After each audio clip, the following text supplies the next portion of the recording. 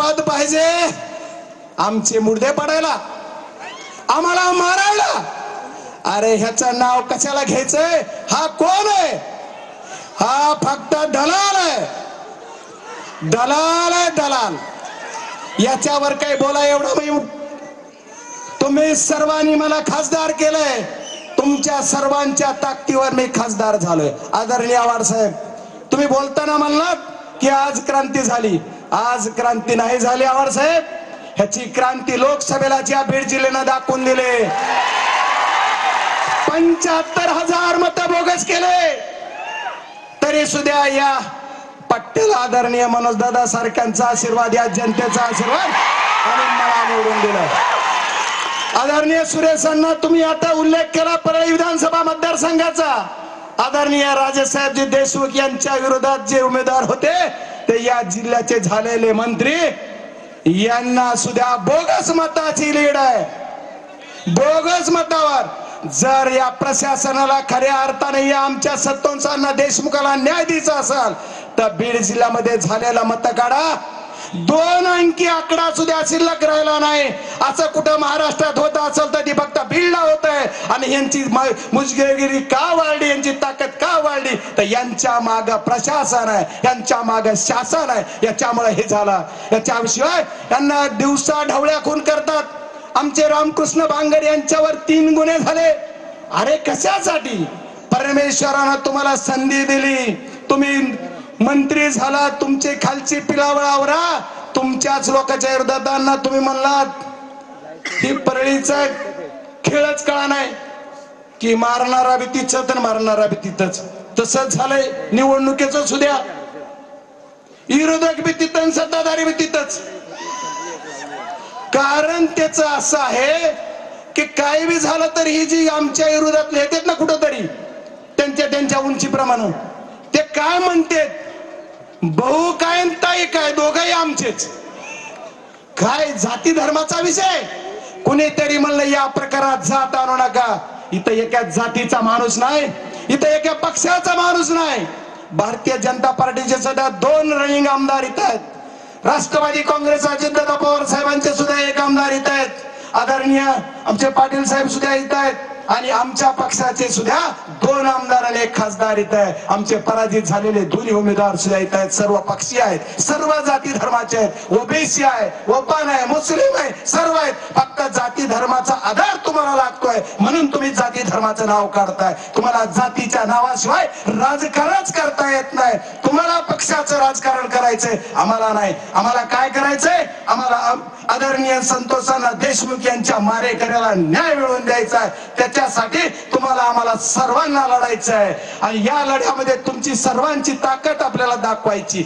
आदरणीय मुख्यमंत्री महोदयांनी सांगितलं की मी पकडणार, मी न्याय देणार. आदरणीय आमच्या अभिमन्यूराव पवार साहेब म्हणले, अण्णाही म्हणतात, अण्णा कधी पकडणार सांगा तर एकदा की 20 दिवस झाले, 20 दिवसात का पकडलं जात नाही? कायद्यापेक्षा पोलिसापेक्षा हा मोठा आहे का? हा जो ज्याचं नाव तुम्ही घ्या म्हणतात तो त्याच्या घरातच बसलाय. बीडच्या एसपी साहेबाला माझं म्हणणं आहे, त्याच्या घर तपासा, घरातच तुम्हाला तो सापडला पाहिजे. जाहीर तुम्हाला सांगतोय. तरी सुद्धा हे एसपी का जात नाहीत? अरे ज्या डीवायएसपी कडे कालपर्यंत तपास होता, डीवायएसपी साहेब तुम्ही कधी गेलात त्यांच्या घरी? अरे कशाला? अरे कुणाचं धनंजय मुंडे साहेबाचं नाव घेतलंय? मला ह्याची नाव घ्यायची लायकी आहे का? कुणाचं नाव घ्यायला होतं? बीड जिल्ह्याच्या खासदारला. बीड जिल्ह्याचा खासदार तुमचा सर्वांचा स्वाभिमान आहे, बजरंग सोनवणे हक्का नाही. त्याला कुणाचं नाव घ्यावा हे सुद्धा तुम्हीच ठरवा. तुम्ही म्हणताल त्याचं घेऊ.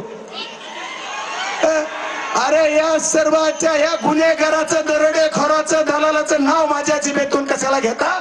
याचं नाव घेणार नाही. याला तुम्ही पोलीस यंत्रणेने हुडकून काढला पाहिजे. आणि काय तर म्हणे, आता बघू बाप तो बाप रहेगा. आता हा देशमुखांना देशमुख गेलेत, आता बजा आणि ते बेवड राहिले. काय बोलता? अरे तुमच्यात खरंच दम असेल तर आमच्याकडे नुसतं नजरवारी करून बघा. कशाला बोलताय? आम्ही सुद्धा म्हणतो जिथं ज्याची अण्णांनी त्यांच्या स्टाईल मध्ये सांगितलं, ज्या गोळीवर आमचा मराठी काय त्यांची भाषा येणार नाही. माझा मित्रच आहे घडी, पण तेवढं येणार नाही मला. मी आपला येड आहे. आता काहीतरी पत्रकार आले म्हणले तुम्ही असे खासदार कसे? आम्ही म्हणलं मनोज दादाचा खासदार आहे मी, काय करा, असाच आहे मी. पण आदरणीय मनोज, आपल्या आदरणीय संतोष अण्णा देशमुख यांच्या मारेकऱ्याला फाशी झाली पाहिजे. आणि याच्यासाठी तुम्हाला आम्हाला एक व्हायचंय आणि एक होऊन लढा द्यायचा. एवढ्यावर या पोलीस यंत्रणेच्या तपासावर मी तर समाधानी नाही. कारण पोलीस यंत्रणा करते काय? कुणी म्हणलं SIT कडे द्या, कुणी म्हणतं SIT नेमली. अण्णा तुम्ही तरी सांगायचं SITचा अधिकारी कोण आहे? नाही सांगितलं. SITचा अधिकारी कोण आहे? CID कडे द्या. CID कडे गुन्हा दिला म्हणून मला पोलीस यंत्रणेने सांगितलं. CID कडे मर्डरची केस दिली होती, पुन्हा आता CID कडे अट्रॉसिटी आणि खंडणी दिली. ह्या तिन्ही गोष्टी जर एकत्र केल्या तर याचा अर्थ काय होतोय? ही कोणाला कसला हक्का म्हणते त्याचं नाव नक्कीच त्या खंडणीतून गुन्ह्यात आहे. त्याच्यामुळे आजची मागणी माझी खासदार याला त्याने एकच आहे, याचं नाव त्या मर्डर केसेस मध्ये तुम्ही दाखल करा आणि हे अंडर ट्रिप चालवा, नाही तर होणार नाही. दोन गोष्टी आजच्या या मोर्चातून महाराष्ट्र शासनाला आणि सत्ताधारी सर्व आमदार महोदयांना माझी विनंती आहे, दोनच गोष्टी तुम्ही करा तुमच्या शासनाकडून. याला राजीनामा द्यायला सांगा आणि दुसरा विषय काय करा तर याला 302च्या आरोपामध्ये अगोदर गुन्हेगार करा, तरच खऱ्या अर्थाने न्याय होईल, नाही तर आम्हाला न्याय होणार नाही. ढोंग नको, राजकारण नको, आपण काय पाहिजे तर न्याय पाहिजे आणि न्यायासाठी झटणारे आम्ही सर्वजण आहोत. न्यायासाठी झटलं पाहिजे आणि न्याय करण्यासाठी आम्ही आज रस्त्यावर उभारलो. ही प्राथमिक आमची लढाई, उद्याची लढाई मी सर्वांना सांगितलंय, मीडियाच्या माध्यमातून सुद्धा सांगतोय.